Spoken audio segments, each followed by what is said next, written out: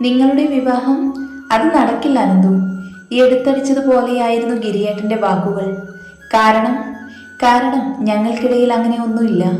അതിന് നിങ്ങൾക്കിടയിൽ എന്തെങ്കിലും ഉണ്ടെന്ന് ഞാൻ പറഞ്ഞോ? ഒന്നുമില്ലെന്ന് അറിയാവുന്നത് കൊണ്ടാണ് നിങ്ങളുടെ അഭിപ്രായം ചോദിക്കുന്നത്. അനന്തു പ്ലീസ്, ഞാനോ ഇവളോ ഒരിക്കൽ പോലും ചിന്തിക്കാത്ത കാര്യമാണിത്. ഇനിയെങ്കിലും അത് ചിന്തിക്കണം. നിങ്ങളോട് പ്രണയിച്ച് നടക്കാനല്ല ഞങ്ങൾ പറയുന്നത്.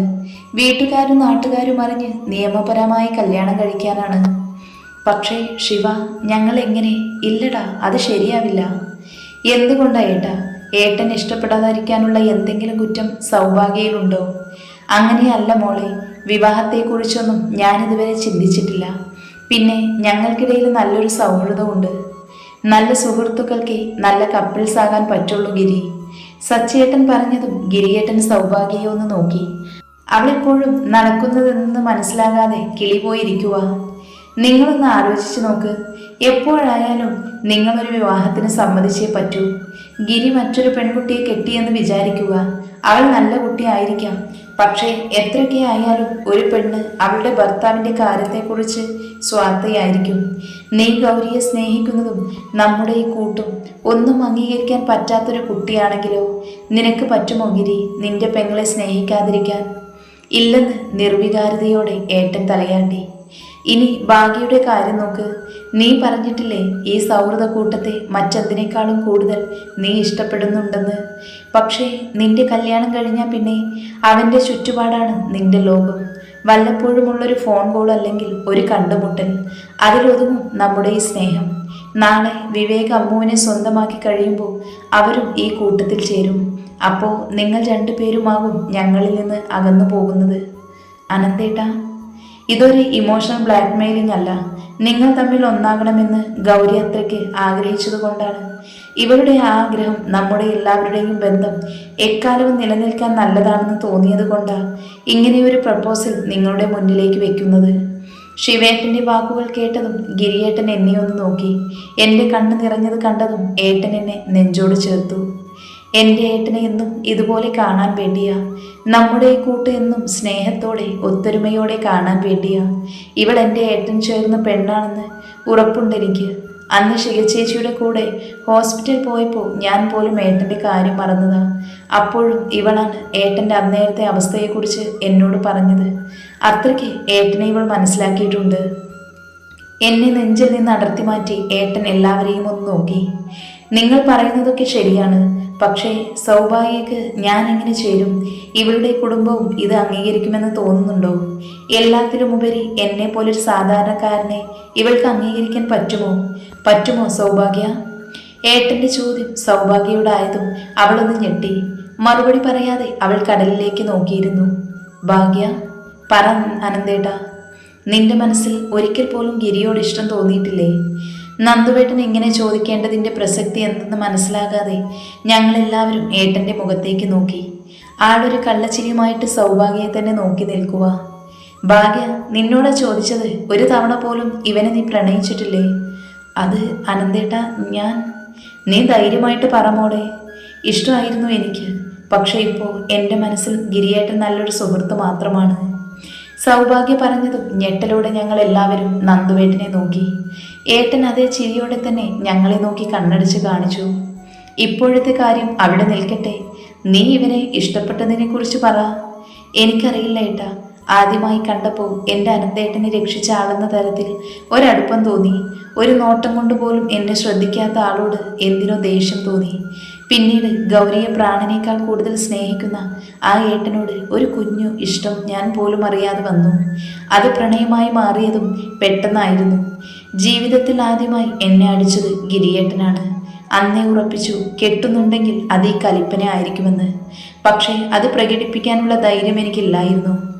എന്നാൽ അന്ന് അനന്തേട്ടനുമായുള്ള എൻ്റെ കല്യാണം മുത്തശ്ശൻ ഉറപ്പിച്ചപ്പോൾ എല്ലാവരേക്കാൾ കൂടുതൽ സന്തോഷം ഞാൻ കണ്ടത് ഗിരിയേട്ടൻ്റെ മുഖത്താണ്. അതോടെ മനസ്സിലായി എനിക്കൊരിക്കലും ആ മനസ്സിലൊരു സ്ഥാനം കിട്ടില്ലെന്ന്. പിന്നീട് പലപ്പോഴായി ഏട്ടൻ്റെ വാക്കുകളിൽ നിന്ന് ഞാൻ മനസ്സിലാക്കി ഗിരിയേട്ടൻ്റെ മനസ്സിൽ പ്രണയം എന്നൊന്നില്ല എന്ന്. അവിടെ ഗൗരിയോടുള്ള അകമഴിഞ്ഞ സ്നേഹവും സൗഹൃദവും മാത്രമേ ഉള്ളൂ. അതോടെ ഞാൻ മാത്രം അറിഞ്ഞ എൻ്റെ പ്രണയം ഞാനായിട്ട് അവസാനിപ്പിച്ചു. ഞാൻ കാരണം നിങ്ങൾക്കിടയിൽ ഒരു വിള്ളൽ വീഴരുതെന്ന് ആഗ്രഹിച്ചു. ഒരു കഥ കേൾക്കുന്നത് പോലെയാണ് ഞങ്ങൾ ഇരുന്നത്. നോക്കുമ്പോൾ ഗിരിയേട്ടൻ കണ്ണിമ വെട്ടാതെ സൗഭാഗ്യയെ തന്നെ നോക്കിയിരിക്കുന്നു. ഏട്ടൻ ഒരിക്കൽ പോലും അവളുടെ മനസ്സിൽ ഇങ്ങനെയൊരു ഇഷ്ടം ഉണ്ടായിരുന്നു എന്ന് ചിന്തിക്കാൻ പോലും പറ്റിയിട്ടുണ്ടാവില്ല. ഗിരിയേട്ട, ഏട്ടനോട് ഇത് പറയാൻ ഞാൻ ആളല്ല. എങ്കിലും അനുഭവം വെച്ച് ഞാൻ പറയുക, നമ്മളെ മനസ്സിലാക്കുന്ന ഒരാളെ കിട്ടുന്നതാ എപ്പോഴും നല്ലത്. അത് നമ്മളെ പ്രണയിച്ച ആളാണെങ്കിൽ അത്രയും നല്ലത്. ഞാൻ ഈ നാട്ടിലേക്ക് വന്നില്ലായിരുന്നുവെങ്കിൽ അനന്ത് ഒരിക്കലും എൻ്റെ ജീവിതത്തിൽ വരില്ലായിരുന്നു. സ്വാഭാവികമായും ഞാൻ ദീപകിൻ്റെ ഭാര്യ ആകേണ്ടി വന്നേനെ. എങ്കിൽ എൻ്റെ ജീവിതം എന്താകുമായിരുന്നു? ഭാഗ്യയേക്കാൾ നല്ലൊരു പെൺകുട്ടിയെ ഏട്ടനിന് കിട്ടില്ല. ഏട്ടന് വേണ്ടിയാണ്, ഈ സ്നേഹബന്ധത്തിന് വേണ്ടിയാണ് ഇവളുടെ പ്രണയം ഇവൾ വേണ്ടെന്ന് വെച്ചത്. അതേ ഏട്ടാ, ഷിക ചേച്ചി പറഞ്ഞത് തന്നെയാ എനിക്കും പറയാനുള്ളത്. അതുപോലെ സൗഭാഗ്യയോട് എനിക്കൊന്നേ പറയാനുള്ളൂ. പറഞ്ഞിട്ട് നഷ്ടപ്പെടുന്നതിനേക്കാൾ വേദനയാണ് പറയാതെ കൈവിട്ട് കളയുന്നതിന്. അത് ഞാൻ മനസ്സിലാക്കിയത് കൊണ്ടാണ് ഇന്ന് സച്ചിയുടെ പെണ്ണെന്ന ലേബൽ എനിക്ക് കിട്ടിയത്. മുന്നോട്ട് ജീവിക്കാനുള്ള ധൈര്യവും അതുതന്നെയാണ്. നിഹിലയുടെ വാക്കുകൾ സത്യത്തിൽ കൊണ്ടത് സച്ചിയേട്ടൻ്റെ ഹൃദയത്തിലാണ്. ആ സന്തോഷത്തിൽ ആളൊന്ന് ചേർത്ത് പിടിക്കാൻ നോക്കിയതാ. പക്ഷേ പെണ്ണ് നെഞ്ചിനോട്ടൊരു കൊട്ടുകൊടുത്തു. എന്നാൽ അടുത്ത നിമിഷം തന്നെ ഏട്ടൻ്റെ നിഷ്കളങ്ക മുഖം കണ്ടപ്പോൾ അവൾ തന്നെ ഏട്ടനെ കൈകോർത്ത് പിടിച്ചു. അപ്പോഴും ഗിരിയേട്ടൻ്റെ നോട്ടം ഭാഗ്യയിലായിരുന്നു. മനസ്സിലുണ്ടായിരുന്നത് മുഴുവൻ തുറന്നു പറഞ്ഞ ആശ്വാസം അവളുടെ മുഖത്ത് പ്രകടമായിരുന്നു. ഞങ്ങൾക്ക് പറയാനുള്ളത് പറഞ്ഞു. പിന്നെ ഈ ഇഷ്ടമെന്ന് പറയുന്നത് മറ്റുള്ളവരുടെ വാക്ക് കേട്ട് ഉണ്ടാകേണ്ടതല്ലല്ലോ. അതുകൊണ്ട് നിങ്ങൾ രണ്ടുപേരും സമാധാനത്തോടെ സംസാരിച്ചൊരു തീരുമാനത്തിലെത്ത്. നോ എന്നാണെങ്കിൽ പിന്നെ ആരും ഇതിനെക്കുറിച്ചൊരക്ഷരം മിണ്ടില്ല. അപ്പോൾ മക്കളിരുന്ന് സംസാരിക്കുക. ഞാൻ എൻ്റെ പെണ്ണിന് ഒരു ഐസ്ക്രീം വാങ്ങിക്കൊടുക്കട്ടെ. ഷിക ചേച്ചിയുടെ തോളിലൂടെ കൈയിട്ട് നന്ദുവേട്ടൻ പോകുന്നത് കണ്ടപ്പോൾ ഞാൻ ശിവേട്ടനെ ഒന്ന് തോണ്ടി. ഓ, നിന്ന് ചിണുങ്ങണ്ട, നിനക്കും വാങ്ങിത്തരാം, വാ. കുസൃതി ചിരിയോടെ ഏട്ടൻ്റെ കൈക്കിടയിലൂടെ കൈചൂറ്റി ഞങ്ങളും നടന്നു. ഡാ, 2 കൂടി വാങ്ങിയേക്കണേ, എൻ്റെ കയ്യിൽ ക്യാഷില്ല. ഓ, എൻ്റെ സച്ചിയേട്ടാ, നടക്കങ്ങോട്ട്. ഒരു ഐസ്ക്രീമിനുള്ള ക്യാഷ് എൻ്റെ കയ്യിലുണ്ട്. സച്ചിയേട്ടനും നിഹിലയും കൂടി ഞങ്ങളുടെ കൂടെ വന്നതും ഗിരിയേട്ടനും ഭാഗ്യയും മാത്രമായി. ഐസ്ക്രീമും വാങ്ങി ഞങ്ങൾ 6 പേരും കൂടി കടലിന് അഭിമുഖമായി ആ മണലിലിരുന്നു. തിരിഞ്ഞു നോക്കുമ്പോൾ ഭാഗ്യയും ഗിരിയേട്ടനും വിദൂരതയിലേക്ക് നോക്കിയിരിപ്പുണ്ട്. ഡി, വായി നോക്കാത്തത് കഴിക്കാൻ നോക്ക്, അലിഞ്ഞു പോകും. അല്ല ശിവേട്ട, അവർ ഒന്നും മിണ്ടുന്നില്ലല്ലോ. അവൻ മിണ്ടിക്കോളും. ജീവിതത്തിലെ സുപ്രധാന തീരുമാനമല്ലേ എടുക്കേണ്ടത്, അതിനെ കുറച്ച് സമയം വേണ്ടേ? എന്നാലും ഭാഗ്യയുടെ മനസ്സിൽ ഇങ്ങനെ ഒരു പ്രണയം ഉണ്ടായിരുന്നെന്ന് എനിക്ക് വിശ്വസിക്കാൻ പറ്റുന്നില്ല. നന്ദുവേട്ടൻ കറക്റ്റായിട്ട് അങ്ങനെ ഒരു ചോദ്യം ചോദിച്ചില്ലായിരുന്നുവെങ്കിൽ അവൾ ഒരിക്കലും അത് പറയില്ലായിരുന്നു. അതെ, നിനക്ക് എങ്ങനെ മനസ്സിലായി നന്ദു? ഗൗരിയുടെ മനസ്സിലുള്ള ആഗ്രഹം നമ്മൾ അറിയുന്നതിന് മുൻപേ എനിക്കൊരു ഡൗട്ട് തോന്നിയിരുന്നു.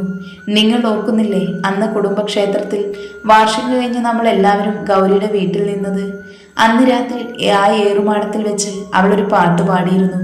അതിലെ അവസാനത്തെ ആ വരികൾ, നിന്നെ ഞാൻ ഏകയായി തേടും ഈ സന്ധ്യയിൽ, നിന്നിലേക്ക് എത്തുവാൻ മോഹമോടെ. അതവൾ അവനെ നോക്കിയാ പാടിയത്. പക്ഷേ നിങ്ങളാരും അത് ശ്രദ്ധിച്ചില്ല, അവൻ പോലും. നന്ദുവേട്ടൻ അത് പറഞ്ഞപ്പോഴാണ് മറ്റൊരു കാര്യം ഞാൻ ഓർത്തത്. അന്ന് മംഗലത്തെ തറവാട്ടിൽ വെച്ച് പ്രണയത്തെക്കുറിച്ച് അമ്മ പറഞ്ഞപ്പോൾ ഭാഗ്യ പറഞ്ഞത്, അവൾക്ക് വിധിച്ചാൽ സമയമാകുമ്പോൾ അവളുടെ അടുത്ത് വരുമെന്ന്. അവൾ അതും ഏട്ടനെ നോക്കിയാ പറഞ്ഞത്. അതുപോലെ തന്നെ 2 ദിവസം മുൻപ് നന്ദുവേട്ടൻ്റെ കല്യാണം കഴിഞ്ഞ് വീട്ടിലെത്തിയപ്പോൾ അമ്മൂട്ടി ഗിരിയേട്ടനോട് ഭാഗ്യയെ കെട്ടാൻ പറഞ്ഞപ്പോൾ അതൊരിക്കലും നടക്കാത്തതാണെന്ന് അവൾ പറഞ്ഞതിൽ ഒരു നഷ്ടബോധം ഉണ്ടായിരുന്നു. പക്ഷേ അതൊന്നും ആരും ശ്രദ്ധിച്ചില്ല. ചിന്തിച്ചുകൊണ്ടിരിക്കുമ്പോൾ തന്നെ ഗിരിയേട്ടനും ഭാഗ്യയും ഞങ്ങൾക്ക് അടുത്ത് വന്നിരുന്നു. എൻ്റെ ഗൗരിയുടെ ആഗ്രഹമല്ലേ, അത് കണ്ടില്ലെന്ന് നടിക്കാൻ പറ്റില്ലല്ലോ ഏട്ടാ. വിശ്വാസം വരാതെ ഞാൻ ഏട്ടനെ നോക്കി. നിറഞ്ഞ പുഞ്ചിരിയോടെ ഏട്ടൻ എൻ്റെ നെറ്റിയിൽ ഉമ്മ വെച്ചു. അതെ, എനിക്ക് വേണ്ടി മാത്രമാണോ? എൻ്റെ ചോദ്യം കേട്ട് ഗിരിയേട്ടൻ ഇടം കണ്ണിട്ട് ഭാഗ്യയെ ഒന്ന് നോക്കി. ഇതുവരെ ഞാൻ കണ്ടിട്ടില്ലാത്തൊരു തിളക്കം ആ കണ്ണുകളിൽ ഉണ്ടായിരുന്നു. അങ്ങനെ എൻ്റെ ഏട്ടനും പ്രണയിക്കാൻ പഠിച്ചു. അല്ല അനന്തു, വർമ്മ സാറ്? അതിനോർത്ത് നിങ്ങൾ പേടിക്കേണ്ട. സാറിനോട് ഇതൊക്കെ ഞങ്ങൾ സംസാരിച്ചു കഴിഞ്ഞതാ. പിന്നെ നിന്റെ വീട്ടിലും അറിയാം. ഗൗരിയുടെ മനസ്സിൽ ഇങ്ങനെയൊരു ആഗ്രഹം വന്നപ്പോൾ അവൾ ആദ്യം പറഞ്ഞത് തന്നെ നിന്റെ അമ്മയോടാ. അന്ന് നിന്റെ അമ്മ ജാതിയുടെയും പണത്തിൻ്റെയും പേര് പറഞ്ഞ് ഇവളെ പിന്തിരിപ്പിക്കാൻ ശ്രമിച്ചെങ്കിലും അവരുടെയും ആഗ്രഹം ഇത് തന്നെയായിരുന്നു. അപ്പോൾ കാര്യങ്ങളൊക്കെ നേരെയായ സ്ഥിതിക്ക് നമുക്ക് പോയാലോ? ഇനി കല്യാണ തീയതിയൊക്കെ എടുക്കണ്ടേ? നിങ്ങൾ പോയിക്കോ, ഞങ്ങൾ കുറച്ചു കഴിഞ്ഞ് വന്നോളാം. ഗിരിയേട്ടിൽ നിന്ന് ഇത്ര പെട്ടെന്ന് ഇങ്ങനൊരു മാറ്റം കണ്ടതിന്റെ ഞെട്ടൽ എല്ലാവർക്കും ഉണ്ടായിരുന്നു. പിന്നെ ഭാഗ്യയെ നോക്കി ഒരു കള്ളച്ചിരിയും കൊടുത്ത് ഞങ്ങൾ സ്വർഗത്തിലെ കട്ടുറുമ്പാകാതെ ഇങ്ങി പോന്നു. ഇടയ്ക്കൊന്ന് തിരിഞ്ഞു നോക്കിയപ്പോൾ ഏട്ടൻ അവളുടെ കയ്യിലേക്ക് കൈ ചേർത്ത് പിടിക്കുന്നത് കണ്ടു. ഏട്ടനെ ഒന്ന് നോക്കിയതും അവളുടെ കണ്ണു നിറഞ്ഞെന്ന് തോന്നുന്നു. അടുത്ത നിമിഷം ഏട്ടൻ അവളെ നെഞ്ചോട് ചേർത്തു. ആ ഒരു കാഴ്ച മതിയായിരുന്നു എന്നിൽ ഒരേ സമയം പുഞ്ചിരിയും കണ്ണുനീരും നിറയ്ക്കാൻ. കാര്യം മനസ്സിലായതുപോലെ ശിവേട്ടൻ എന്നെ ചേർത്ത് പിടിച്ചു. കാശിയെ മുത്തശ്ശിയെ ഏൽപ്പിച്ചാണ് ഞങ്ങൾ ബീച്ചിലേക്ക് പോയത്. വരാൻ വൈകിയത് കൊണ്ട് മുത്തശ്ശിയുടെ കയ്യിൽ നിന്ന് ശരിക്ക് കിട്ടി. അവസാനം ഗിരിയേട്ടന്റെ സൗഭാഗ്യയുടെയും കാര്യം പറഞ്ഞപ്പോഴാണ് മുത്തശ്ശി ഒന്ന് ചിരിച്ചത്. കാശി ഉറങ്ങിയത് കൊണ്ട് അവനെ തൊട്ടിലേക്ക് കിടത്തി ഞാൻ അമ്മയെ വിളിച്ച് കാര്യം പറഞ്ഞു. ഏട്ടൻ കല്യാണത്തിന് സമ്മതിച്ചു എന്നതിലുപരി പെണ്ണ് ഭാഗ്യയാണെന്ന് അറിഞ്ഞപ്പോഴാണ് അമ്മയ്ക്ക് സന്തോഷമായത്. ഫോൺ വെച്ച് ബാൽക്കണിയിലേക്ക് ഇറങ്ങിയപ്പോൾ ശിവേട്ടൻ ഫോണിൽ സംസാരിക്കുവാണ്. നന്ദു ആയിരുന്നു. അവൻ വർമ്മ സാറിനെ വിളിച്ച് കാര്യമൊക്കെ പറഞ്ഞു. സാറ് നാളെ തന്നെ തിരുമേനിയെ കണ്ട് മുഹൂർത്തം നോക്കാമെന്ന്. മിക്കവാറും ഉടനെ തന്നെ കല്യാണം കാണും. ഉടനെയോ? അതിനെന്താ, എല്ലാവരും ഒത്തുപിടിച്ച കല്യാണം നമുക്ക് അടിച്ചു പൊളിക്കാന്നേ. കല്യാണം അടിച്ചു പൊളിക്കുന്നത് ഓർത്ത് നിൽക്കുമ്പോൾ തന്നെ ശിവേട്ടന്റെ നിശ്വാസം എൻ്റെ കഴുത്തിൽ പതിഞ്ഞു. എന്തേ? ഏയ്, എല്ലാം ഒതുങ്ങിയല്ലേ. എല്ലാവരുടെയും ലൈഫ് സെറ്റിൽഡായി. അതുകൊണ്ട് അതിന് മറുപടി പറയാതെ ശിവേട്ടൻ എന്നെ എടുത്തുകൊണ്ട് ബെഡിലേക്ക് നടന്നു. ചുംബനങ്ങളും നിശ്വാസങ്ങളും ചെറുനോവുമായി ആ പ്രണയം എന്നിൽ പെയ്തിറങ്ങി. അറിയാതെയും പറയാതെയും നഷ്ടപ്പെടുത്തിയ ദിവസങ്ങൾക്ക് പകരം ഈ ഒരു മാസം മുഴുവനും ഗിരിയേട്ടനും സൗഭാഗ്യവും പ്രണയിച്ച് നടക്കുകയായിരുന്നു. നാളെയാണ് എൻ്റെ ഏട്ടൻ്റെ പെണ്ണായി അവൾ ഈ വീട്ടിലേക്ക് വരുന്നത്. ഓർക്കുന്തോറും സന്തോഷം അലതല്ലുവാണ്. കല്യാണം ഭാഗ്യയുടെ വീട്ടിൽ വെച്ചായതുകൊണ്ട് ബന്ധുക്കളൊക്കെ ഇന്ന് തന്നെ വീട്ടിലെത്തിയിട്ടുണ്ട്. ഏട്ടന്മാരൊക്കെ നല്ല തിരക്കിലാണ്. അതിനിടയ്ക്കാണ് ഷിക ചേച്ചി റൂമിൽ കിടക്കുന്നെന്ന് അമ്മ വന്ന് പറഞ്ഞത്. ചെന്ന് നോക്കുമ്പോൾ ചേച്ചിക്ക് നല്ല ക്ഷീണമുണ്ട്. ആകെ ഒരു വിളർച്ച പോലെ. ചേച്ചി, എന്തു പറ്റി? അറിയില്ല മോളെ, രാവിലെ മുതലൊരു വയ്യായിക. ചെറുതായിട്ട് വയറും വേദനിക്കുന്നുണ്ട്. കുറച്ചു നേരം കിടന്നാൽ മാറും. മോള് പൊയ്ക്കോ, അവിടെ ആളുകളൊക്കെ വന്നില്ലേ. നന്ദുവേട്ടനോട് പറയട്ടെ ചേച്ചി? വേണ്ടടാ, അതിനു മാത്രം ഒന്നുമില്ല എന്ന് പറഞ്ഞു തീരുന്നതിന് മുൻപ് തന്നെ നന്ദുവേട്ടനും ശിവേട്ടനും റൂമിലെത്തിയിരുന്നു. എന്താ മോളെ? ഒന്നുമില്ലേട്ടാ, നിങ്ങളെല്ലാവരും ഇങ്ങനെ ടെൻഷനാകേണ്ട കാര്യമില്ല. നീ ഒന്നും കഴിച്ചില്ലേ ഷിക? കഴിച്ച അനന്തു, നീ എന്നെ ഇങ്ങനെ നോക്കി പേടിപ്പിക്കാതെ. അത് പറഞ്ഞ് ചേച്ചി എഴുന്നേറ്റു. പക്ഷേ രണ്ടിന് വെച്ചപ്പോൾ തന്നെ ചേച്ചി നന്ദുവേട്ടൻ്റെ കയ്യിലേക്ക് പിടിച്ചു. എന്താ മോളെ? എന്തോ തളർച്ച പോലെ. എനിക്ക് വയ്യ അനന്തു. നീ വാ, ഹോസ്പിറ്റൽ പോകാം. നന്ദുവേട്ടൻ ചേച്ചിയുമായി റൂമിന് പുറത്തേക്ക് ഇറങ്ങിയപ്പോഴാണ് സച്ചിയേട്ടനും നിഹിലയും ടെറസിൽ നിന്ന് വരുന്നത്. രണ്ടുപേരും കിട്ടിയ ഗ്യാപ്പിൽ ഒന്ന് പ്രണയിക്കാൻ പോയതാ. വീട്ടിൽ ബന്ധുക്കളൊക്കെ വരുന്നത് കൊണ്ട് ശിവേട്ടനോട് വീട്ടിൽ നിൽക്കാൻ പറഞ്ഞിട്ട് സച്ചിയേട്ടൻ അവരുടെ കൂടെ ഹോസ്പിറ്റലിലേക്ക് പോയി.